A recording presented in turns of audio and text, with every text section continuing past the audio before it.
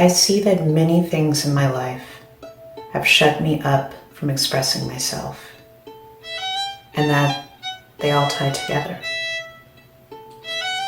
From when I first dreamt of a man who is my counterpart, seeing that he's inexplicably like me, yet also not me, sensing that he has all this love for me, and seeing signs, not just in dreams, but in real life, of him sending me all of these things, trying to reach me, all the way up to him conveying to me, go to Scotland, study illustration to find me.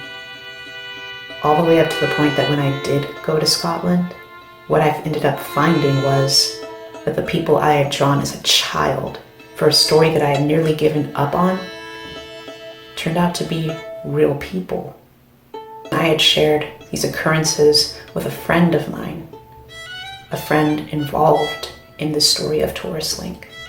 At first, she seemed accepting of it. But then, a couple months later, when I came to talk to her about these things in person, she said, "You're delusional. You're too intense. I don't want to be friends with you anymore," and yet still stayed friends with me. On Facebook, of all things. Despite her contradictory behavior, with the words that she told me, I was so devastated. I felt great hurt. I kept those words in my head for years. It was about 10, 12 years ago for me or so. And I wanted to write comics. I wanted to write stories that can be animated and put on TV, like what I saw. And when I came up with my first story idea, I was told that maybe I should probably find someone to write it for me and I'll draw it. It actually embedded in me. To this day, I doubt my writing skills. And I felt like I couldn't even trust myself about what I said.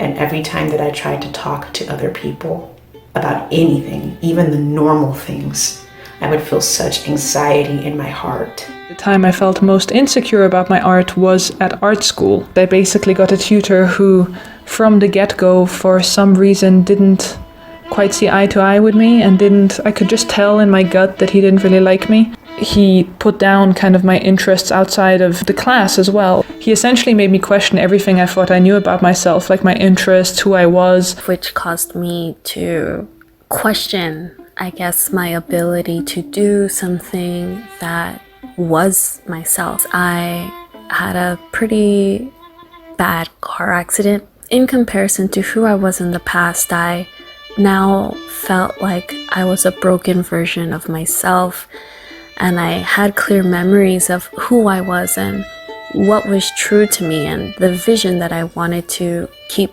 close to me because I loved who I was before. Just the same, I continued to see the parallels around me with other people. I did this because I wasn't very proud of who I was, which is a giant nerd, the queen of the geeks. All I wanted to do was talk about anime and comic books and D&D, and I like to wear tight-fitting black clothing, and I like to make people laugh, and I am absolutely over-the-top foolish. So I wasn't confident with my personality, and I thought that all I had going for me was my job. And I honestly acted like a totally different person in public. I was drawing more than focusing on any of those subject matters. Many people would just kind of tell me, you need to stop that, that's not the focus, you need to earn a living, you need to earn money. It got to the point where I had a job which didn't allow me to really draw at all. Just put a damper on my soul, like I became a completely different person.